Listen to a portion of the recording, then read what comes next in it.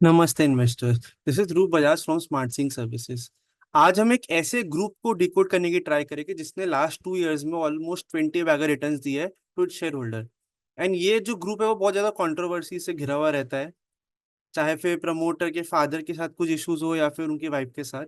But regardless of that we will today try to understand the business of Raymond group in great detail and see कि अभी recently इनकी जो demerge होके जो company list हुई है दैट इज रेमंड लाइफस्टाइल, क्या उसमें वैल्यू है या नहीं है। And then we also cover other companies of this particular group. So I hope you will like this session.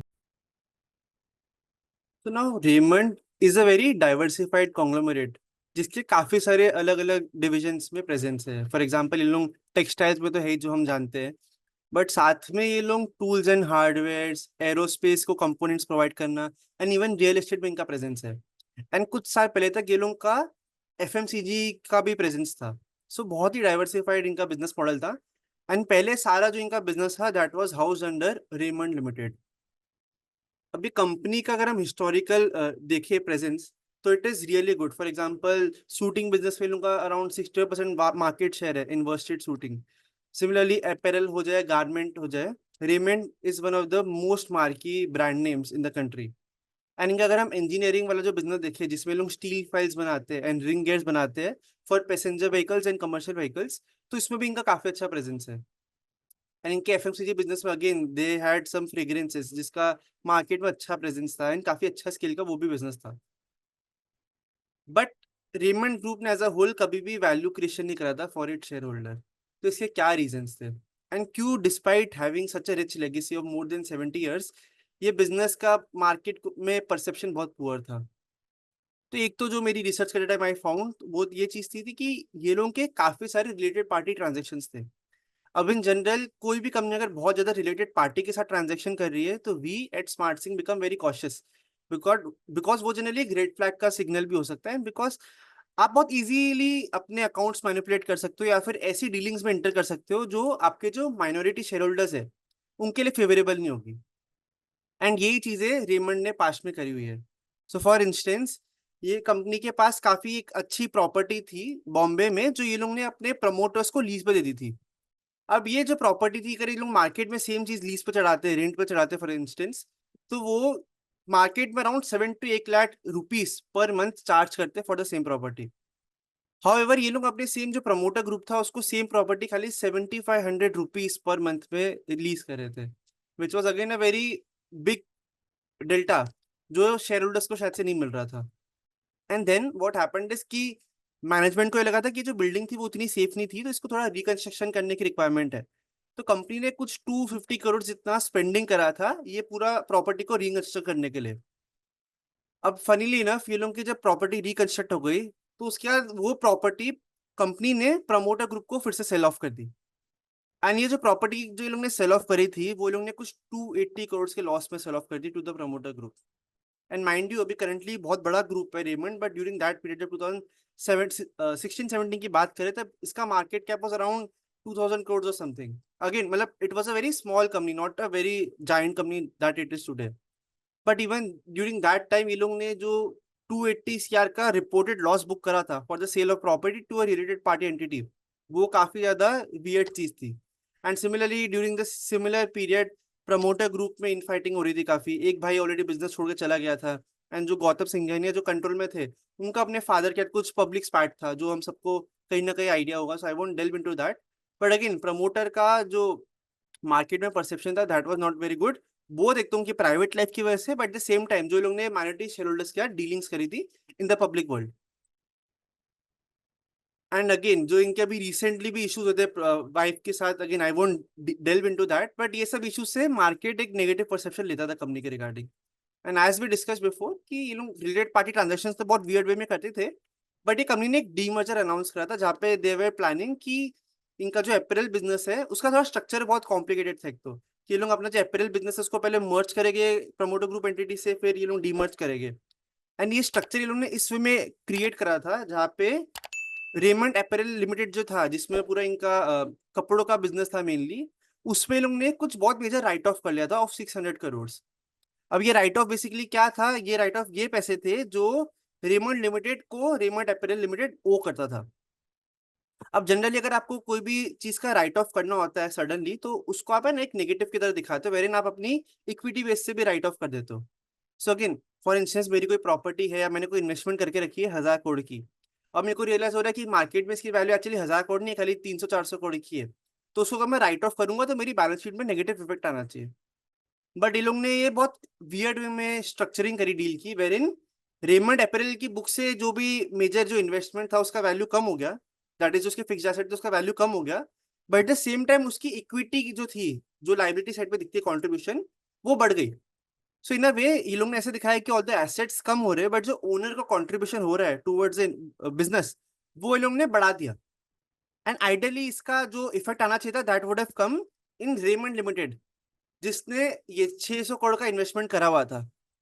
तो जो आइडियली सिचुएशन होनी चाहिए थी वो ये होनी चाहिए थी कि रेमंड लिमिटेड में ये चीज का राइट ऑफ आना चाहिए था। पहले ये लोग ने क्या करा कि रेमंड जो अपैरल था उसमें से एसेट्स कम कर दिए बट इक्विटी बढ़ा दी, तो नेट नेट कुछ अच्छा इफेक्ट आया ही नहीं, जो नेगेटिव इफेक्ट आना चाहिए था वो एक्चुअल में आया नहीं। सो ये बहुत वियर्ड अकाउंटिंग टैक्टिक था, जिसका इवन अभी अगर आप लोगों को समझ में नहीं आ रहा तो इट्स ओके, बिकॉज थोड़ा कॉम्प्लिकेटेड स्ट्रक्चरिंग था अभी। बट ऑल इन ऑल जो कॉमन कन्वेंशन होता है अकाउंटिंग का, उससे ये बिल्कुल भी रिलेटेड नहीं था। And as we discuss before, promoter की प्राइवेट लाइफ में काफी सारे स्ट्रगल हो रहे थे। एंड एक और जो इशू था इस बिजनेस का, बिकॉज ये लोग काफी सारे अलग अलग सेगमेंट में डाइवर्सिफाई कर चुके थे, एंड जो रियल एस्टेट साइकिल थी अमंग अदर बिजनेसेस वो इतना अच्छा परफॉर्म नहीं करी थी, तो नेचुरली ये लोग का डेट लेवल बहुत ज्यादा बढ़ चुका था। एट द सेम टाइम ये लोग को इतना इनएफिशिएंसी आ गई थी बिजनेस पे कि ये लोग ने कुछ 1,100 एम्प्लॉयज को ले ऑफ कर दिया था, just closer to the COVID period. And तब इनका total employ base was only 7,000 employees. So again आपने more than 15% of your entire employ base को हटा दिया था अपने बुक से। सो इट शोड कि कुछ तो बिजनेस में ट्रबल चल रहे, तभी लोगों ने इतने सारे एम्प्लॉयज को हटाया। And during the same period market को ये एप्रीहेंशन था कि स्पेशली पोस्ट कोविड ये बिजनेस सर्वाइव करेगा भी या नहीं करेगा, बिकॉज इनके जो की कस्टमर थे, तो वेडिंग्स थी, वेडिंग्स होना बंद हो गए थे। Second was real estate, and real estate का business as it is slum पे चला गया था। तो इनका share price from the top level went down by more than 80% during the COVID period. And एक टाइम पे रेमंड लिमिटेड का जो टोटल मार्केट कैप था, that was even lower than the total debt level. तो अगर आपका date 2,000 crore का था तो इनका शायद से market cap was closer to the 2,000 crore level.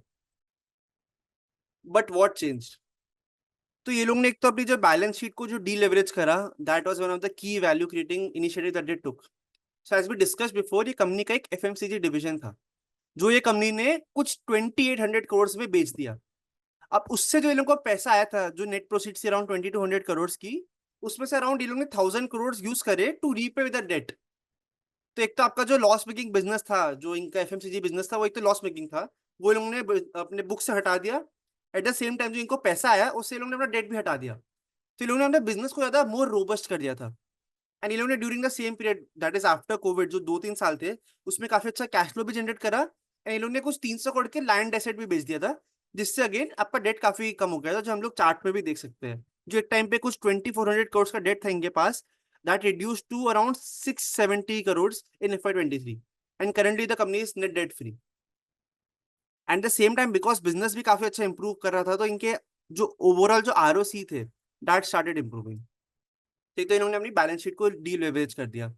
And then second, इन लोगों ने एक चीज आइडेंटिफाई करी कि हम लोग बहुत सारे डाइवर्सिफाइड बिजनेसेस में प्रेजेंट है, जिसकी वजह से मार्केट में भी हमको इतना अच्छा वैल्यूएशन भी नहीं देता। And there are several reasons behind the same. So what we need to do is create a very simplified business structure, and हर एक बिजनेस में एक अलग हेड होगा, प्रोफेशनल मैनेजमेंट होगी जो उस बिजनेस को ढंग से ड्राइव करेगी एंड ऑपरेशनल एफिशिएंसीज लाएगी। सो जो फर्स्ट स्टेप इन लोगों ने लिया था, एक तो इन लोगों ने FMCG बिजनेस बेच दिया था। एंड सेकंड वाज कि इन लोगों का जो की बिजनेस था, जो इन लोगों का टेक्सटाइल्स वाला जो बिजनेस था, उसको इन लोगों ने अलग से डीमर्ज करके सेपरेटली लिस्ट कर दिया। एंड बिकॉज इन लोगों ने काफी ऑपरेशनल एफिशिएंसीज भी लाई थी ड्यूरिंग द सेम पीरियड, तो बिजनेस परफॉर्मेंस भी टर्न अराउंड हो गई, एंड इनका बिजनेस स्ट्रक्चर भी काफी इंप्रूव हो गया। अब अगर जो इनका एक और की कैटलिस्ट था जिसके से कंपनी को काफी अच्छा बूस्ट मिला, specifically from the market valuation perspective, वो था मान्यवर का IPO। अब Manyavar in other words is Vedant Fashion, जिसके अंदर मान्यवर का बिजनेस इज हाउस्ड। जब उसका IPO आ रहा था तब पीपल स्टार्टेड नोटिसिंग कि मान्यवर का जो टोटल सेल्स है, जो टोटल प्रॉफिटेबिलिटी है, वो रेमंड से काफी कम है। बट डिस्पाइट दैट उसका जो IPO हो रहा है वो अराउंड 10 टाइम्स हायर वैल्यूएशन पे हो रहा था versus what Raymond was trading. And mind you, Raymond का खाली टेक्सटाइल का बिजनेस नहीं था, उसके और भी काफी अलग अलग बिजनेस है जो हमने डिस्कस करा कि इनका रियल एस्टेट का भी काम था, ये लोग फिर काफी ऑटो कंपोनेंट्स बनाते थे। But despite all that and इनका अगेन जो पास्ट ट्रैक रिकॉर्ड रह चुका था उसके चक्कर में पीपल स्टार्टेड नोटिसिंग कि ये तो कितना मेजर गैप है in the valuation multiple of मान्यवर एंड रेमंड। तो जैसे हमने इस चैनल में काफी डिस्कस करा कि जब भी कोई नई इंडस्ट्री की नई कंपनी का आईपीओ आता है तो उससे तो वो इंडस्ट्री में काफी ज्यादा ट्रैक्शन आने लग जाता है, बिकॉज ड्यूरिंग द आईपीओ जो बुक बिल्डर होते हैं आईपीओ के, they try to sell you narrative कि अगले 5-10 साल में ये पर्टिकुलर इंडस्ट्री बहुत अच्छा करेगी, ये कंपनी बहुत अच्छा करेगी, दैट्स वाई आपको ये पर्टिकुलर वैल्यूएशन देना चाहिए प्रमोटर्स को। इससे क्या होता है, जो एग्जिस्टिंग जो कंपनीज ऑलरेडी प्रेजेंट है इस इंडस्ट्री में, जिनको पहले मार्केट वो परसेप्शन से नहीं दिखता था, उससे काफी बार मार्केट रिलेट करने लग जाता है, जो रेमंड के केस में हुआ था। And I distinctly remember during this period there was this very famous interview by Mukul Agrawal जहाँ पे उन्होंने मेंशन करा था कि 2 out of 10 people know Manyavar brand, however 8 out of 10 people know Raymond, but despite that Manyavar is trading at a very hefty premium to Raymond. अब चाहे जो भी मैनेजमेंट की जो भी पास में इश्यूज रह चुके हैं, बट इवन मैनेजमेंट रियलाइज कि चलो ये सब इतना ज्यादा वैल्यूएशन मल्टीपल का डिफरेंशियल है तो मे बी हमने कुछ पास में मिस्टेक्स करी है जिसे हमें करेक्ट करना चाहिए। एट द सेम टाइम ऐसा सिंप्लीफाइड बिजनेस स्ट्रक्चर बनाना चाहिए जिससे मार्केट हमें सही वैल्यूएशन दे पाए। तो काफी मार्केट इन्वेस्टर्स थे, लाइक मुकुल अग्रवाल हो गए, सुनील सिंघानिया हो गए, इवन पुरिंजू बेलियात हो गए, जिन्होंने बहुत मेजर बेट लिया था in this particular company and they made a killing in this particular company. So ये एक की कैटलिस्ट था जो पास्ट में प्ले आउट करा था। And since we are trying to study Raymond as a case study, that's why I mention this particular important event that happened in the company. अब Raymond lifestyle जो था जिसमें textile का business था, that has recently got demerge and listed. And इसका जो recently listing हुई, इसमें इनके दो प्राइमरी वे में हम बिजनेस को सोच सकते हैं। एक तो इनका B2C बिजनेस है जिसमें इनका ब्रांडेड बिजनेस हाउस होता है। अब ब्रांडेड में लोग ब्रांडेड टेक्सटाइल का काम करते हैं, ब्रांडेड अपैरल का काम करते हैं, जो हम आगे डिस्कस करेंगे। एंड एक इनका B2B बिजनेस है जिसमें लोग डायरेक्टली बिजनेस का डील करते हैं, नॉट कस्टमर्स इटसेल्फ या कंज्यूमर्स जिनसे भी, जिसमें लोग गारमेंटिंग का and high value cotton shirting का बिजनेस करते हैं। एंड इनकी 4 फैसिलिटीज है, manufacturing facilities that is in India. अब इनका जो फर्स्ट की सेगमेंट है that is branded textile segment. अब ये इनका कैश काउ सेगमेंट है जिसमें लोग कुछ 20% की ऑपरेटिंग 22% की इनफैक्ट एबिटा मार्जिन क्रिएट करते हैं। Around 57% of the overall revenues and even EBITDA comes from this particular segment. अब ये पर्टिकुलर सेगमेंट में जो भी लोग शूटिंग का काम करते हैं, शर्ट्स बनाते हैं, एंड जो भी हम लोग शादी के लिए जो भी क्लोथ स्टिचिंग कराते हैं, वो सब सारा जो मेन बिजनेस होता है वो ब्रांडेड टेक्सटाइल सेगमेंट से आता है। एंड इसमें they are one of the market leaders. And ये बिजनेस डायरेक्टली कम्पीट करते हैं ये लोग from Manyavar. And again as we discuss before, इन लोगों का काफी अच्छा मार्केट में प्रेजेंस है इस बिजनेस में। एंड ये कैश काउ बिजनेस है, मीनिंग ये बिजनेस में हम 25-30% का केगर ग्रोथ एक्सपेक्ट नहीं कर सकते, बट बिकॉज ये बिजनेस काफी अच्छा कैश फ्लो जनरेट कर रहा है एंड बहुत अच्छा ROC जनरेट कर रहा है, तो इससे जो भी कैश फ्लोज आएंगे वो ये बिजनेस बाकी डिविजन को ग्रो करने में यूज कर सकता है। तो बाकी कौन से बिजनेस है जो बहुत की ग्रोथ ला सकते हैं इस बिजनेस में going forward? So that is branded apparel segment. Branded apparel segment में बेसिकली उनकी काफी सारी अलग अलग ब्रांड्स है जिसके थ्रू ये लोग क्लोथिंग सेल करते हैं। अब हमको काफी सारी ब्रांड्स पता ही होगी, like park Avenue and even colour plus. And park Avenue में लोग काफी अलग अलग टाइप के प्रोडक्ट्स भी ला रहे हैं जो हम आगे डिस्कस करेंगे। And now they've recently launch another brand called Ethnix, जिसमें लोग एथनिक वेयर क्लोथिंग सेल करने वाले हैं। अब this is a bit different from the branded textile segment जिसमें थोड़ा आपका हायर मार्जिन होता है, एंड ये थोड़ा लोअर प्राइसिंग वाला बिजनेस है। अब ये पर्टिकुलर बिजनेस में लोग काफी फ्रेंचाइजी के थ्रू एक्सपांड कर रहे हैं, एंड इनके आगे काफी स्ट्रॉन्ग प्लान्स है regarding expansion which will again discuss before. But ये लोगों का जो एथनिक्स ब्रांड है that will B one of the की drivers of growth going forward. So for instance ये लोग करंटली कुछ 100 स्टोर्स है ऑफ एथनिक्स ब्रांड, एंड इनका जो गाइडेंस है वो ये है कि अगले 3 साल में we will open 300 more stores of Ethnix brand, जिसमें लोग काफी सारा एडवर्टीजमेंट में भी स्पेंडिंग कर रहे हैं।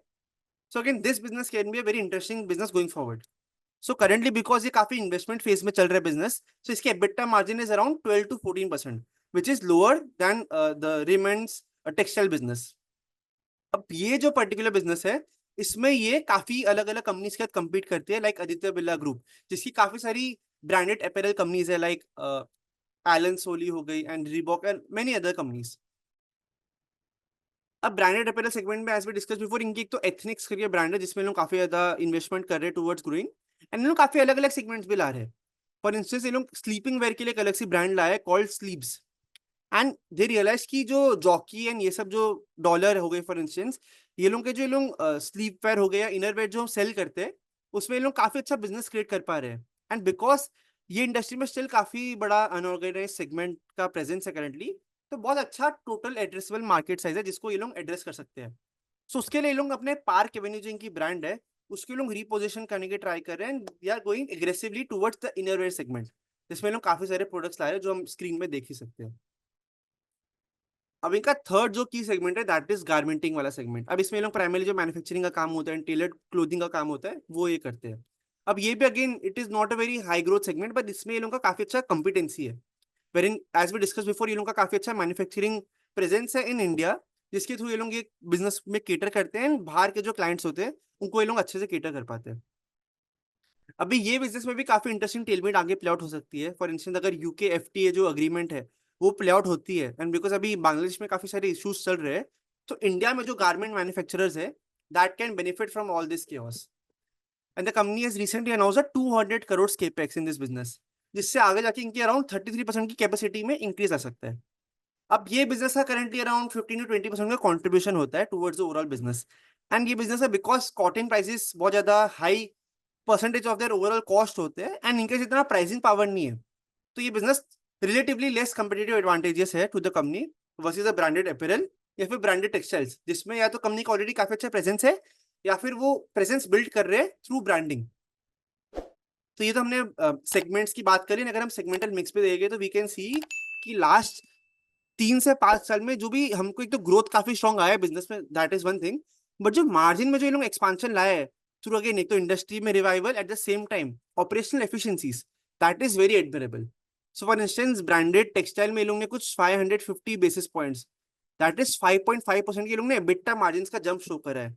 सिमिलरली अगर हम ब्रांडेड अपीयरल सेगमेंट देखें जो पास्ट में लॉस मेकिंग था, वो लोग ने अब ऑपरेशनली प्रॉफिटेबल बना दिया, and it is clocking around 12% EBITDA margin as on FY 24। And again garment business भी जो लॉस मेकिंग था वो प्रॉफिटेबल हो गया, and last year it has clocked around 10% के एबिटा मार्जिन।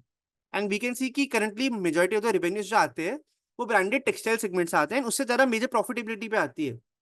बट जैसे जैसे operating leverage will start playing out and branded apparel business will start contributing hugely towards the overall business, तो आपकी growth भी अच्छा आ सकती है एंड आपके मार्जिन में भी इंप्रूवमेंट आ सकता है ऑन द कंसोलिडेटेड लेवल्स।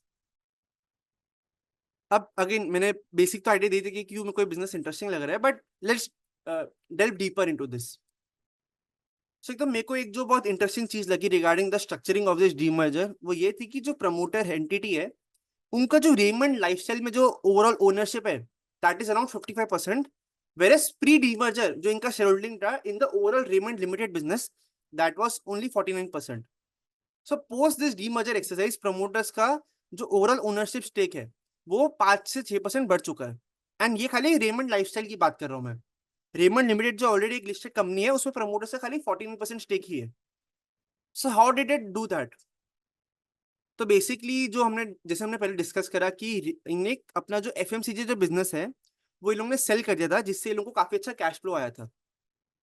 अब जो इनका FMCG बिजनेस था वो एक सेपरेट एंटिटी में था that is Raymond consumer care, जिसमें प्रमोटर्स का कुछ 47% का डायरेक्ट शेयर होल्डिंग था, एंड बाकी जो 50% का जो शेयर होल्डिंग था that was by Raymond limited. तो जैसे लोग ने जब अपनी भी शेयर्स सेल करे थे, जैसे अपनी जो ओनरशिप सेल करी थी इन द FMCG बिजनेस, तो उससे जो प्रमोटर ग्रुप को जो पैसे आए थे अपने शेयर का that they use towards merger. And वो जो पैसा था लाइक इन लोगों का कुछ इनका शेयर अराउंड 1000 करोड़ का था। सो ये लोग ने अपने हाथ में लाने के बदले वो शेयर फिर से बिजनेस में इन्फ्यूज कर दिया, जिससे इनका जो रेमंड लाइफस्टाइल में जो शेयर होल्डिंग था दैट इंक्रीज बाई अराउंड 6%।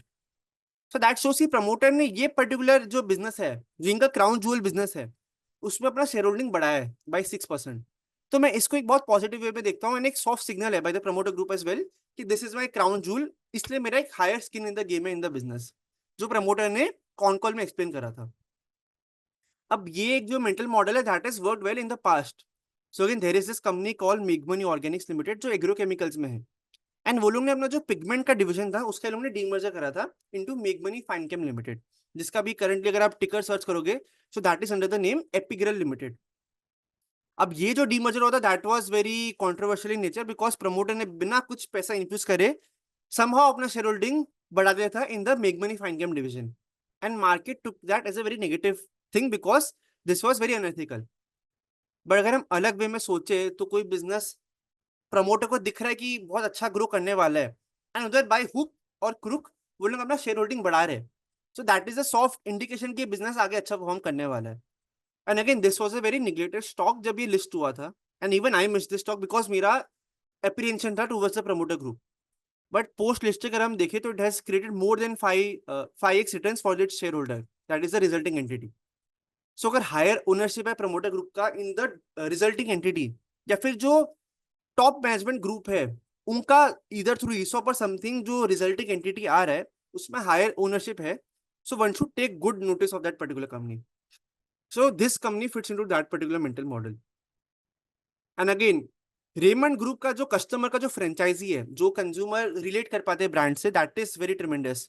सो ये कंपनी ने अपनी इन्वेस्टर प्रेजेंटेशन में ये फैक्ट मेंशन करा था कि कंपनीज इंडिया में 10th मोस्ट रिकॉग्नाइज ब्रांड है। अब ये जो ब्रांड का जो रेप्यूटेशन है, as in the clothing brand का जो रेप्यूटेशन है कंज्यूमर के माइंड में, वो कोई और कंपनी इमीडिएटली आके तो रिकॉल नहीं ला सकती। एंड ऑल्दो ये चीज मे बी आपके फाइनेंशियल में बहुत इजीली रिफ्लेक्ट नहीं करेंगे, बट ये जो इंटेंजिबल है इसकी वैल्यू बहुत ज्यादा सब्सटैंशियल हो सकती है, जिसकी वजह से इसको बहुत अच्छा वैल्यूएशन मल्टीपल मिल सकता है, प्रोवाइडेड अगेन काफी और सब चीजें भी होती है in mind. But again the idea here is कि रेमंड का जो ब्रांड का जो वैल्यू है दैट इज ह्यूमंगस, जो मे बी बुक्स में दिखता नहीं हमें। एंड अगेन इसकी जो कस्टमर या जो कंज्यूमर से जो फ्रेंचाइजी बिल्ड करी है दैट इज वेरी इमेंस। सो बाकी जो कंपनीज होती है लाइक आदित्य बिरला फैशन, उन्हें जो अपने बाकी जो सेगमेंट्स थे अपैरल बिजनेस के, उसका मेजोरिटी ये लोग ने एक्विजिशंस कर करके ब्रांड्स बिल्ड करी, जिसमें काफी बार चांसेस ये होते हैं कि आप बहुत मेजर हाई वैल्यू पे कर रहे हो फॉर अ पर्टिकुलर ब्रांड, जिसकी वजह से काफी गुडविल भी आ सकती है आपकी ओवरऑल बुक्स में। वेर एज रेमंड लिमिटेड ने मेजोरिटी इनकी जो भी ब्रांड्स थी उसको इन लोगों ने इन हाउस डेवलप करा, जैसे हम एथनिक से देख सकते हैं फॉर एग्जांपल। बिकॉज अगर आप ये सब ब्रांड्स को एकदम इन हाउस लेवल पे डेवलप करोगे तो आपकी जो ऑपरेशनल एफिशिएंसी होगी that will be far superior, and आपको जो इंक्रीमेंटल आरओसी होगे that will be far higher than something like an Aditya Birla fashion. And again because आप ये सब ब्रांड्स इन हाउस डेवलप कर रहे हो एंड आप कोई बहुत क्रास एक्विजिशन नहीं कर रहे हो versus something like maybe an Aditya Birla, तो उससे क्या होगा आपकी जो बैलेंस शीट होगी उसमें कोई बहुत मेजर डेट नहीं दिखेगा, कोई बहुत मेजर गुडविल नहीं दिखेगा, आपकी बैलेंस शीट की कंडीशन बहुत अच्छी होगी। तो हम ये चीज रेमंड लाइफस्टाइल में देख सकते हैं कि it is a net cash business, that is इनका डेट से ज्यादा तो इनके पास कैश अवेलेबल है बुक्स में।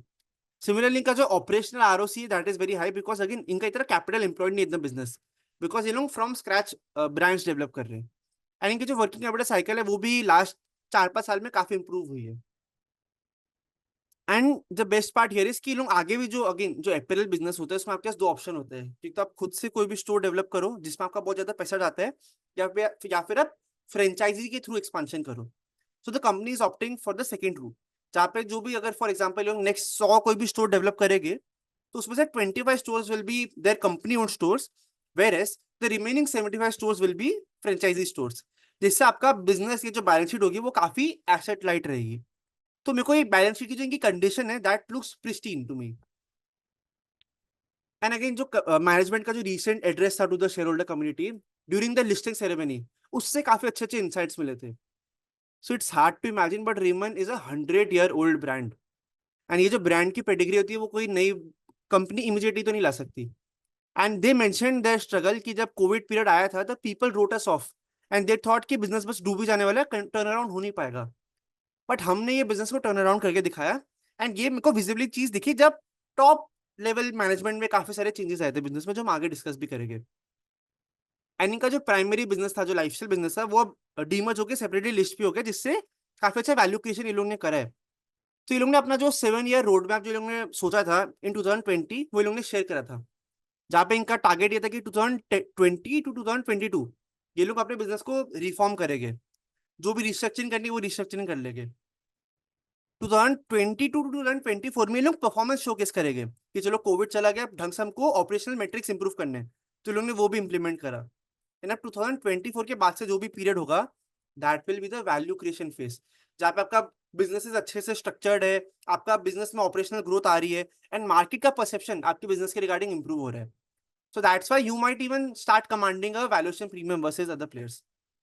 सो ये फेज जो ये लोग ने डिस्कस करा था अपना रोड मैप, वो ये लोग ने एक्चुअल में इंप्लीमेंट भी करा है, which is very commendable. And ये लोग का जो टारगेट था ड्यूरिंग 2020 कि हम लोग बाय 2025 डेट फ्री हो जाएंगे, वो ये लोग ने अपना जो कमिटमेंट है 2023 में ही फुलफिल कर लिया। So again that is also a very positive signal. And ये लोग ने अभी रुके नहीं है, अभी ये लोग ने एक और डीमर्जर अनाउंस करा है, जहाँ पे बिकॉज ये लोग का रेमंड लिमिटेड का जो बिजनेस है, इसमें दो अलग अलग सेगमेंट है, एक तो प्रिसीजन इंजीनियरिंग वाला बिजनेस है और एक रियलिटी वाला बिजनेस है, जहाँ पे लोग रियल एस्टेट का काम करते हैं। तो ये लोग ने रिसेंटली रियल एस्टेट के बिजनेस का भी अनाउंसमेंट करा था, डीमर्जर का, दैट इज, जिसके बाद अगेन काफी अच्छा वैल्यू क्रिएशन हुआ था फॉर द शेयर होल्डर्स, जो हम आगे डिस्कस करेंगे। सो अगेन एक और जो ये लोग काफी अच्छा स्टेप ले रहे हैं, वो एक तो ये कि इन लोगों के एग्जिस्टिंग हमने बिजनेस सेगमेंट्स तो देख ही लिया कि कहाँ पे ये लोग प्रेजेंट है, बट ये लोग अपने बिजनेस को ऐसे वे में पोजीशन कर रहे हैं जहां से ये लोग अगले 2-3 साल नहीं 5-10 साल के लिए अच्छे वे में ग्रो कर सकते हैं। एंड अपना जो टोटल एड्रेसेबल मार्केट साइज है उसके लोग एक्सपांड कर सकते हैं, जिससे अल्टीमेटली इनका जो वैल्यूएशन जो होगी, that is a terminal value की हम जो बात करते हैं, दैट विल बी हायर, जिसके से अगेन जो शेयर होल्डर्स है उनके लिए वैल्यू क्रिएशन हो सकता है। अब टर्मिनल वैल्यू तो ये लोग एक तरीका जो जिससे लोग इंक्रीज कर रहे हैं वो किया है कि ये लोग ऐसे अलग अलग सेगमेंट में जा रहे हैं जिसमें टोटल एड्रेसेबल मार्केट साइज बढ़ जाएगा। तो अल्टीमेटली अगर ये लोग ढंग से एग्जीक्यूट कर पाते हैं, again I am just saying कि if they are able to execute, then the addressable market size opportunity so huge कि लोग अगले 10-15 साल के लिए भी ग्रो कर सकते हैं। So again this is a risk that they are taking, but again अगर ये लोग सक्सेसफुल होते हैं तो इनका बिजनेस काफी अच्छे वे में ग्रो कर सकता है। और अगर ये लोग सक्सेसफुल नहीं भी होते, तो बिकॉज इनका एग्जिस्टिंग बिजनेस में अच्छा कैश फ्लो जनरेशन है, तो इनके बैलेंस शीट में कोई बहुत मेजर इफेक्ट नहीं आना चाहिए। एंड इनका जो प्रोडक्ट मिक्स है वो भी काफी डाइवर्सिफाइड हो रहा है। सो अभी रिसेंटली इनका जो लास्ट अगर हम देखते हैं तो ब्रांडेड टेक्सटाइल से इनका मेजोरिटी रेवेन्यूज आते थे, मेजोरिटी प्रॉफिटेबिलिटी भी ब्रांडेड टेक्सटाइल्स आते थे। बट अगर हम ये वेंचुरा की जो रिपोर्ट हिस्ट्री अगर हम लोग फ्यूचर प्रोजेक्शन देखें जो मैनेजमेंट ने गाइड करे, तो उसमें हमको ये क्लियरली दिख रहा है कि इनका बिजनेस में शिफ्ट हो रहा है towards branded apparel segment and not just branded textile. तो जैसे आपका business more and more diversified होता रहेगा, तो आपके बिजनेस का अल्टीमेटली ज्यादा रोबस्टनेस बढ़ता रहेगा। एंड इनका कंपेटिटिव पोजिशनिंग काफी स्ट्रॉन्ग है अपने बिजनेसेस में। तो अगर हम एथनिक प्लेयर देखें तो company is one of the largest ethnic player, and चारों सेगमेंट में कंपनी इज प्रेजेंट जो बाकी सब प्लेयर्स प्रेजेंट नहीं है। तो अगर हम रेमंड को देखें तो रेमंड एथनिक वेयर में प्रेजेंट है, एंड अगेन जो लार्जेस्ट एथनिक प्लेयर है that is I think so मान्यवर, वो भी एथनिक वेयर में प्रेजेंट है, बट वो बाकी सारे सेगमेंट में प्रेजेंट नहीं है। अब जो लार्जेस्ट गारमेंट एक्सपोर्टर है वो खाली एक्सपोर्ट करे, बाकी सब सेगमेंट में प्रेजेंट नहीं है। सिमिलरली लार्जेस्ट अपैरल वाला जो प्लेयर है वो मे बी एथनिक वेयर में प्रेजेंट है, स्टाइलिंग में भी प्रेजेंट है, बट डोमेस्टिक टेक्सटाइल या एक्सपोर्ट्स में प्रेजेंट नहीं है। बट रेमंड सारे सेगमेंट से प्रेजेंट है। तो again it is a very robust business as a whole, because हर वैल्यू चेन के सिचुएशन में ये लोग प्रेजेंट है। एंड मैनेजमेंट ने ये चीज क्लियरली गाइड करी कि फ्यूचर में इनका जो भी ग्रोथ आने वाला है, तो ये लोग गारमेंट सेगमेंट में जैसे मैंने पहले डिस्कस करा कि 200 करोड़ का केपेक्स करेंगे, and at the same time lifestyle business में लोग काफी अच्छा एक्सपांशन करने वाले going forward, specifically on the branded apparel segment, जहाँ पे लोग काफी सारे new new franchise store outlets खोलेंगे। अब जो हमने पहले डिस्कस करा था कि इनके टॉप लेवल मैनेजमेंट में एक बहुत की चेंज आया था, जो हम इधर देख सकते हैं चार्ट में कि सुनील कटारिया करके है, जिनके पास पास से बहुत अच्छा एक्सपीरियंस रह चुका है in the advertisement business. And ये गोदरेज कंज्यूमर प्रोडक्ट्स जो था उसके इंडिया के मार्केट के सीईओ थे। तो इन लोगों ने वो अपना बिजनेस में जो इनका काफी अच्छा प्रेजेंस था, वो ये सेगमेंट छोड़ के रेमंड ग्रुप को ज्वाइन करे थे। एंड ये लोग ने जब लिस्टिंग सेरेमनी थी तब इनने मेंशन करा था कि तब I join after seeing the vision of Gautam Singhania, कि इनका यही विजन था कि हमें बहुत बड़ा बिजनेस क्रिएट करना है in the coming 5 to 10 years। And वो विजन को देख के मैंने बिजनेस ज्वाइन करा था, and so far he has implemented all the strategies wonderfully. And जैसे हमने डिस्कस करा कि अब एक के इशू ये होता है ऐसी कंपनीज में, जो आदित्य बिरला ग्रुप ने भी फेस करा था, वो ये था कि बिकॉज आप काफी अलग अलग सेगमेंट्स में जा रहे हो, तो मैनेजमेंट का मे बी जो फोकस हो सकता है वो इतना अच्छा नहीं हो सकता, एंड कोई ना कोई सेगमेंट आपका हर्ट हो सकता है, जो केस इधर भी प्लॉट हो सकता है डेफिनेटली। बट एक के जो चीज कर रहे हैं टू टैकल दैट, वो ये है कि वो लोग हर एक पर्टिकुलर सेगमेंट में चीफ बिजनेस ऑफिसर लगा रहे हैं, जिससे काफी अच्छा कंट्रोल रहेगा towards all the business segments. So if they are able to execute this, then it can be a big winner going forward, because management structure के हिसाब से they have created a very strong management team that can help the business in being a very successful franchise. And again, and ये जो business है इसमें काफी strong structural टेलमेंट्स है। तो एक तो एज वी नो कि जो नैरेटिव है कि आगे वेडिंग में जो हमारा इंडियंस का जो स्पेंडिंग होने वाला है वो गोइंग फॉरवर्ड काफी बढ़ने ही वाला है। एंड वेडिंग का इटसेल्फ क्लोथिंग का जो स्पेंडिंग होगा as a percentage of the overall wedding market, वो भी काफी बढ़ेगा. बट इशू इधर ये है कि majority of the people still buy this wedding wear from unorganised segment. That is जो हमारे मोची एंड जो छोटे टेलर्स होते हैं उनसे हम लोग स्टिच कराते हैं. But because of premiumisation, brand का जो रेपुटेशन हमें होता है कि हमें ब्रांडेड क्लोथ्स पहनने हैं, उसके से जो शेयर ऑफ ऑर्गेनाइज प्लेयर्स है वो आगे जाके बढ़ता रहेगा. So there is a mega trend in place from value migration from unorganized segment towards the organized players, जिससे जो already present players है like मान्यवर एंड रेमंड वो बेनिफिट करेंगे. And because industry is expected to grow at a fair place, like 6 to 7% में खाली industry grow करेगी and ये लोग अपना मार्केट शेयर बढ़ाएंगे ओवरऑल इंडस्ट्री में फ्रॉम अनऑर्गेनाइज प्लेयर्स. तो उसके से this company at least is guiding for 15% किएगा going forward, which is in line with the industry tailwinds.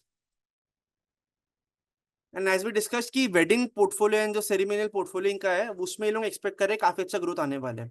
And इनके जो भी सेगमेंट है, चाहे हमारा गारमेंटिंग वाला बिजनेस हो, ब्रांडेड अपैरल हो, ब्रांडेड टेक्सटाइल हो, सब बिजनेस का एक major share of their overall revenues is coming from wedding business. तो इनका जो ओवरऑल रेवेन्यूज है लाइक 6700 crores के, उसमें से around 40% of the overall business is coming from wedding. अब एक ये इशू है कि इस वजह से बिजनेस थोड़ा सीजनल भी हो जाता है, बिकॉज जिस क्वार्टर में वेडिंग्स होगी तब ये लोग अच्छा परफॉर्म करेंगे, बट जिस क्वार्टर में वेडिंग्स नहीं होगी या फॉर एग्जांपल डील हो जाती है तो इनके परफॉर्मेंस हर्ट भी होगा, जो हम आगे नेगेटिव में भी डिस्कस करेंगे. But since wedding market as a whole is expected to grow at a good rate, तो this company will definitely benefit. And एक और जो की इनिशिएटिव हमने डिस्कस करा था कि जैसे जैसे आगे यूके एफटी एग्रीमेंट होगी, बांग्लादेश +1, चाइना +1, ये सब जो इनिशिएटिव्स आएंगे, तो उसमें जो इंडियन जो गारमेंट मैन्युफैक्चरर्स है that should benefit. And if one is able to get a branded player जिसका 100 years का ब्रांड का रेपुटेशन है मार्केट में, एंड ऑपरेशनल एफिशिएंसी या जो कॉम्पिटेंस है वो मार्केट में वेल नोन है, so that company will naturally benefit. And Raymond fits that bill. So again garmenting business में भी इन लोगों का स्ट्रक्चरल टेलमेंट है. Again it is very difficult to quantify the numbers perspective, but हमें थोड़े ग्रोथ के ट्रिगर्स तो दिख रहे हैं इन दैट बिजनेसेस में. तो हमने ये सब पॉजिटिव्स की तो बात कर ली है, बट हम नेगेटिव्स को समझने की ट्राई करते हैं बिफोर वी सी की how it's placed on the valuation front. So एक जो की रिस्क में कोई बिजनेस का लगता है वो एक तो ये कि अगेन प्रमोटर का जो पास्ट में ट्रैक रिकॉर्ड रह चुका है बहुत ज्यादा पुअर है.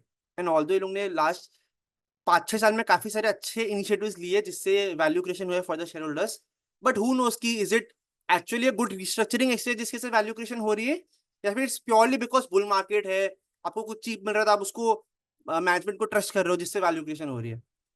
सो अगेन अभी बुल मार्केट में this stock is perform very well, but for instance अगर आगे जाके बेयर मार्केट आते हैं तो क्या हम जो सोच रहे हैं कि इसको ये वैल्यूएशन मल्टीपल मिलना चाहिए गोइंग फॉरवर्ड, वो मिलेगा, या ये वैल्यूएशन मल्टीपल भी सस्टेन करेगा या नहीं करेगा, वो प्रेडिक्ट करना थोड़ा टफ हो सकता है. And that's why that is a key risk going forward. And again ये जो फैशन का जो इंडस्ट्री एज अ होल वो काफी ज्यादा फास्ट चेंजिंग है. एंड अनलेस आप बहुत ज्यादा प्रीमियम कैटेगरी को केटर कर रहे हो, या फिर आप इतना चीप वे में कोई भी प्रोडक्ट प्रोड्यूस कर पा रहे हो कि आपके पास कुछ कॉस्ट एफिशिएंसी है, ऐसे फास्ट चेंजिंग फैशन बिजनेस में आपको एक मोटेड बिजनेस बनाना बहुत टफ है, जो ऑल्दो रेमंड ने करा है because of the brand reputation, but because इस industry itself is so volatile, तो काफी कम प्लेयर्स इस इंडस्ट्री में जिनने लॉन्गर ड्यूरेशन में वेल्थ क्रिएट करा है. तो will Raymond be one of them? Share your views on the comment section below. And एक और जो चीज मेरे को ये बिजनेस के बारे में थोड़ा कम पसंद है जो काफी अपैरल बिजनेस में कॉमन है, वो ये है कि इनका जो भी बिजनेसेस है, काफी सारा इनका बिजनेस काफी सारी अपनी सब्सिडरीज के थ्रू होता है.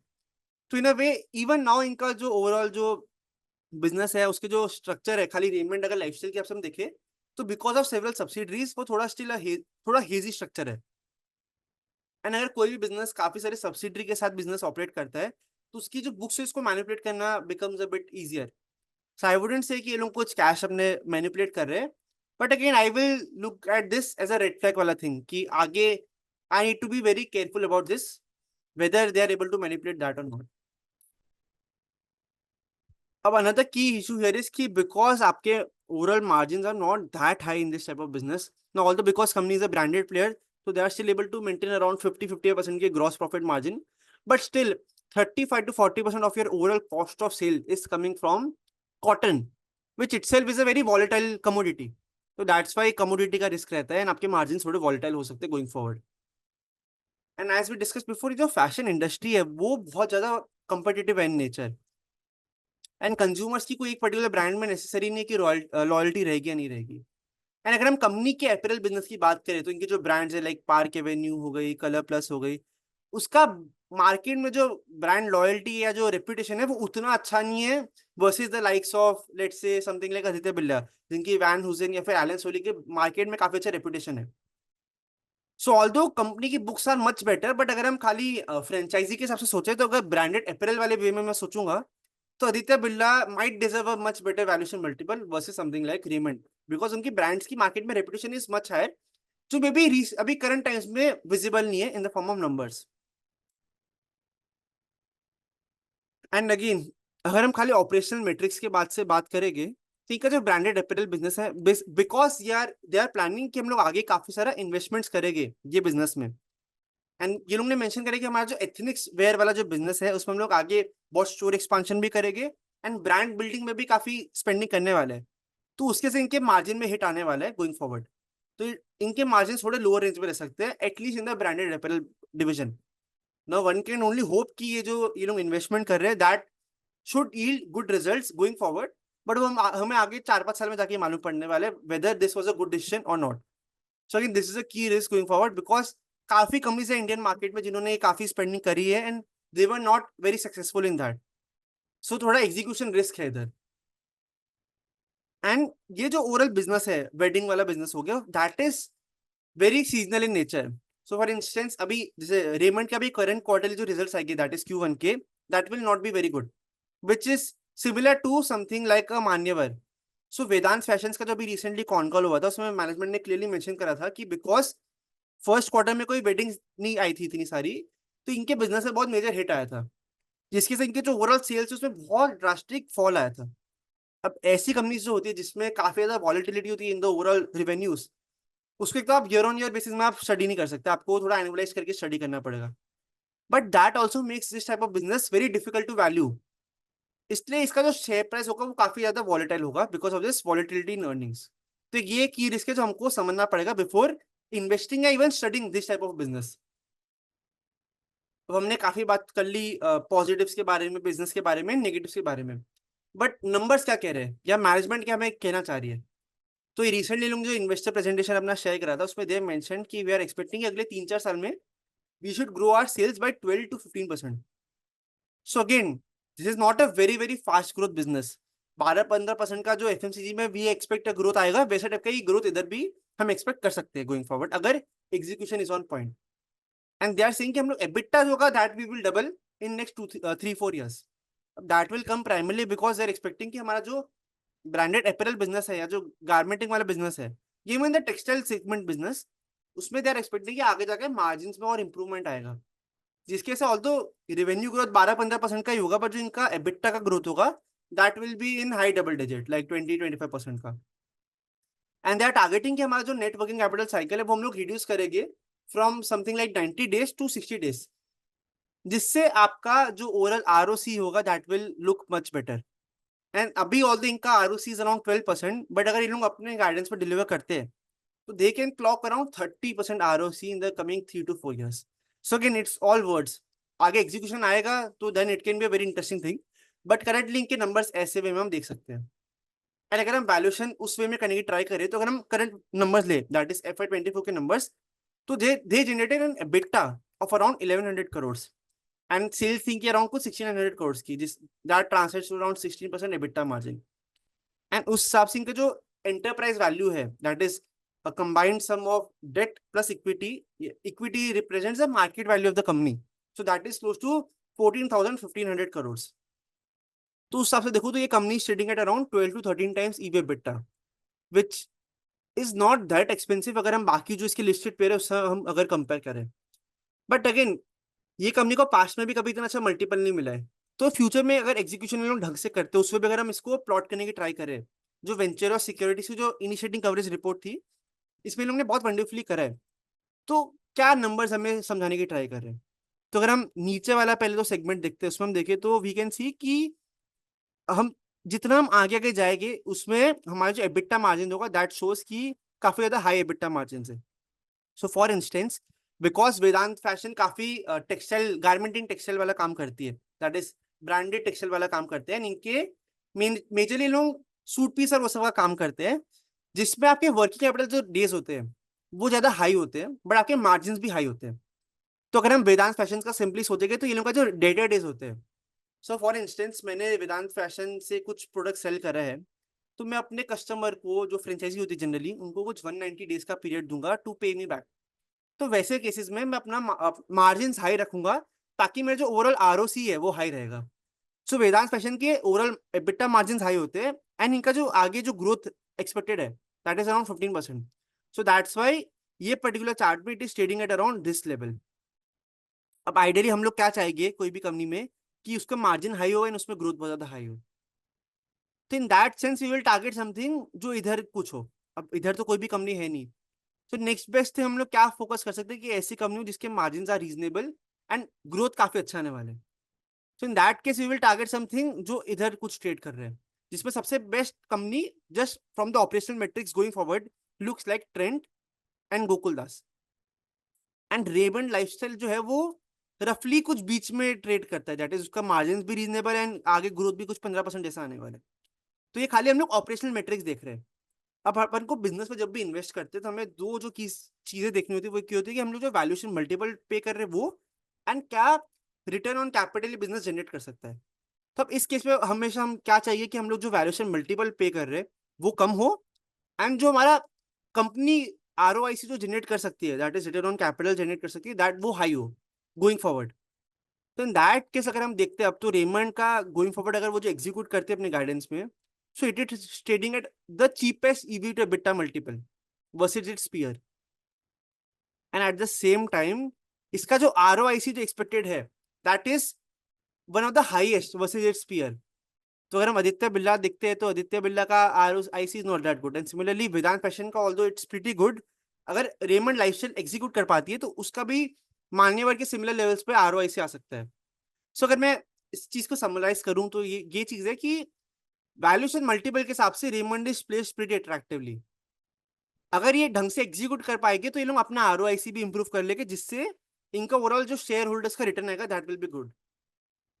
बट हमको एक चीज जो क्वेश्चन करनी चाहिए वो ये है कि रेमंड लाइफस्टाइल फिर सबको अगर दिख ही रही है स्टोरी ऐसी है तो अभी सस्ते में क्यों मिल रहा है वर्सेस इट्स पीयर। तो मेरे को दो तीन जो पॉइंट्स इमीडिएटली याद आ रहे हैं वो एक तो ये कि इसका लास्ट 4-5 साल में एक सडनली ट्रेजेक्टरी काफी चेंज हुई है। तो अगर कोई भी अगर हम 2019 या 20 में रेमंड का बिजनेस स्टडी करते तो हमें ऑपरेशनल मेट्रिक्स से बिजनेस इतना अच्छा नहीं लगता, बिकॉज इसका past track record was not that good. Although brand का रेपुटेशन बहुत अच्छा था, but a good brand doesn't translate into a good business, जो रेमंड टिल 2019-20 था। बट जैसे हमने दिखा दिया लोग कि ये लोग ने लास्ट 4-5 साल में एक तो ग्रोथ काफी अच्छा लाया on the revenue front, but more importantly because of the operational efficiency and the Tailwind ये लोग के एबिटा मार्जिन बहुत ज्यादा इंप्रूव हो गए, जिसकी वजह से जो बिजनेस डेट में था वो सडनली अब नेट कैश फ्लो बिजनेस बन चुका है। बट सिंस इसका जो ऑपरेशनल मैट्रिक्स है वो इतना फास्ट पेस में ग्रो करे तो maybe valuation still catch up नहीं कर पाई है। एक तो ये इशू हो सकता है। एक तो ये इशू अगेन ये कि बिकॉज पास्ट में पुअर ट्रैक रिकॉर्ड रह चुका है तो मे बी ऐसी कंपनी को मार्केट बहुत ज्यादा अच्छा वैल्यूएशन मल्टीपल नहीं देगा, जो आगे भी नहीं दे सकता, which is again another risk. And again हमने अभी जो भी नंबर्स सोचे हैं ये फ्यूचर गाइडेंस के हिसाब से हम सोच रहे हैं। तो अगर रेमंड फ्यूचर में एग्जीक्यूट कर पाते तो it will generate 30% ROIC, but currently इसका आरओआईसी इज अराउंड 12% ही। तो अगर नहीं जनरेट करेगा तो इसमें कुछ वैल्यू क्रिएशन शायद से उतना ना भी हो। तो अगेन मे बी मार्केट को लग रहा हो कि जो एग्जीक्यूशन का जो गाइडेंस दे रहे हैं वो शायद से अचीव करना टफ है, इसलिए वो अभी करंटली इतना अच्छा वैल्यूएशन मल्टीपल नहीं दे रहा। And the last and the most important thing is to notice कि हम लोग अभी बुल मार्केट में है। तो ऐसा भी हो सकता है कि जो बाकी सारे जो प्लेयर्स है जिसको हम कंपेयर कर रहे हैं रेमंड से, लाइक मान्यवर या फिर Aditya Birla, may be because of this particular bull market वो लोग खुद बहुत ज्यादा हाई वैल्यूएशन में ट्रेड कर रहे हैं, इसलिए अगर हम उसको कंपेयर कर रहे हैं रेमंड लाइफस्टाइल से तो हमें सस्ते लग रहे हैं, बट असल में क्या पता वो सस्ते हो ही ना। तो ये सब रीजंस हो सकते हैं जिसके से ये कंपनी सस्ते वैल्यूएशन में ट्रेड कर रही है। एंड मेरा टेक यही रहेगा कि company is trading at a reasonable valuation multiple versus others. अगर इसने एग्जीक्यूट करा प्रॉपरली तो it can definitely create wealth, but अगर एग्जीक्यूशन नहीं हुआ तो then it won't create wealth, which brings me to the point of force selling. अब force selling एक कंसेप्ट होता है जिसमें अगर सपोज कोई कंपनी एक अपना बिजनेस को अलग से डीमर्ज करके अलग से लिस्ट करती है, तो जनरली क्या होता है इन मोस्ट केसेस वो जो लिस्ट होती है अलग से कंपनी, उसका जो मार्केट कैप होता है that is a little smaller than the combined entity. जिसके से जो म्यूचुअल फंड्स होते हैं फिर जो इंडेक्स फंड्स होते हैं उनके कुछ क्लियर मैंडेट्स होते हैं कि वो लोग 10,000 करोड़ या 5,000 करोड़ की से बड़ी कंपनी में इन्वेस्ट कर सकते हैं। And because of this clear mandate वो लोग जो छोटी कंपनी आगे रिलिस्ट होती है उससे ये लोग एग्जिट कर लेते हैं। And that might not be because वो बिजनेस छोटा है या गंदा है, but that is purely because of this mandate कि they can invest in a smaller company. So maybe ऐसी कुछ चीज शायद से रेमंड लाइफस्टाइल में प्ले आउट हुई थी पोस्ट द डीमर्जर, जो तारिक ने काफी ब्यूटीफुली एक्सप्लेन करा था in one of his tweet, जहाँ पे ही मेंशन कि जो इंडेक्स फंड्स थे उसने पोस्ट डीमर्जर काफी सारा सेलिंग करा था इन दिस पर्टिकुलर बिजनेस। जो हम अगर शेयर प्राइस चार्ट देखें तो उसमें हम देख सकते हैं कि पोस्ट डीमर्जर जो कंपनी अराउंड 3100 पे लिस्ट हुआ था उसमें काफी सारा फोर्स सेलिंग आया था एंड ये कंपनी कंसिस्टेंट लोअर सर्किट लगा रहा था for 5-6 days. And post that जो फोर्स सेलिंग थी वो कंसोलिडेट हो चुकी है। एंड अभी ऑल्दो शेयर प्राइस कुछ बहुत बड़ा नहीं है सडनली, बट फोर्स सेलिंग जो थी जो भी सेलिंग थी मेजरली वो कंसोलिडेट हो चुकी है। तो द बिजनेस इज मोर और less consolidated on the price action front. अब एक मेरे को जो एक पॉइंट लग रहा है वो ये है कि जनरली कोई भी फोर्स सेलिंग होती है बहुत अच्छी वाली फोर्स सेलिंग होती है जो हमने पास में डिस्कस करी थी, like in the case of Bajaj limited जब वो बजाज इलेक्ट्रिकल से डीमर्ज हुई थी, तो that force selling generally last for 10-15 days. इसके केस में खाली 4-5 दिन में ही फोर्स सेलिंग एब्जॉर्ब हो गई। फोर्स सेलिंग भी कोई बहुत ज्यादा हाई वैल्यू की नहीं थी बिकॉज ये कंपनी अराउंड 1,000 करोड़ 12-15,000 करोड़ की कंपनी है, तो उस हिसाब से कुछ 700-800 करोड़ की force selling is not that big. And again ये कंपनी अच्छे स्केल का company, it's not a very small business in as a whole. And again because जो भी इन्वेस्टर था वो अगर रेमंड लाइफस्टाइल या रेमंड लिमिटेड में इन्वेस्टेड था, so they definitely were interested in Raymond Lifestyle business because वो बिजनेस इनका क्राउन ज्वेल बिजनेस है जो कैश फ्लो जनरेट करता है। So no one in their same mind would like to exit this type of business. So एक तो index fund वाला हमको पॉइंट समझ में आता है कि मे बी उधर से थोड़ा फोर्स सेलिंग आया होगा, but other than that may be इसलिए बाकी जो भी इनिशियल इन्वेस्टर्स थे वो लोग इस बिजनेस से एग्जिट नहीं कर रहे बिकॉज वो लोगों को ये बिजनेस में ही बेट करना था, तो इसलिए लोगों ने प्री डीमर्जर बेट कर लिया था। सो मेरा जो अंडरस्टैंडिंग कहता है वो ये है कि this is not a typical special situation जहाँ पे फोर्स सेलिंग आ गई है, अब्जॉर्ब हो गई, स्टॉक बहुत ज्यादा चीप है एंड अब बढ़ेगा। बिकॉज ये जो कंपनी थी वो on a relative valuation basis हमेशा से चीप थी, प्री डीमर्जर भी चीप थी, पोस्ट डीमर्जर भी चीप है। But what is changing now is because of the managements changing perception in the market. And जिस हिसाब से लोग एग्जीक्यूट कर रहे हैं at least in the last 4-5 years, तो बाकी जो प्लेयर्स थे उससे जो वैल्यूएशन गैप था that is slowly reducing. And मेरा अंडरस्टैंडिंग ये है कि अगर आगे जाके 3-4 साल में अगर ये लोग प्रॉपरली एग्जीक्यूट करते हैं अपने प्लान्स में, तो it can create good wealth for it share holder and it can create an CAGR of around 25-30% going forward in the next 3-4 years। But again, as I discussed before, this is not a core specialization opportunity. This, in my opinion, in hindsight, is again an execution driven opportunity.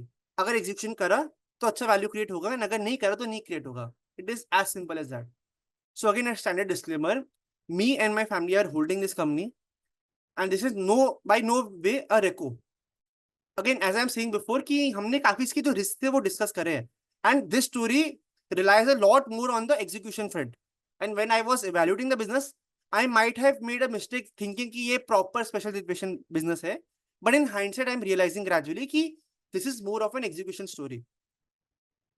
So again, we have discussed this business, past में क्या issues थे, currently क्या चीजें हो रही है. Another one important thing that we should discuss here is कि ये लोगों ने recently एक और डीमर्जर अनाउंस करा था of their real estate business.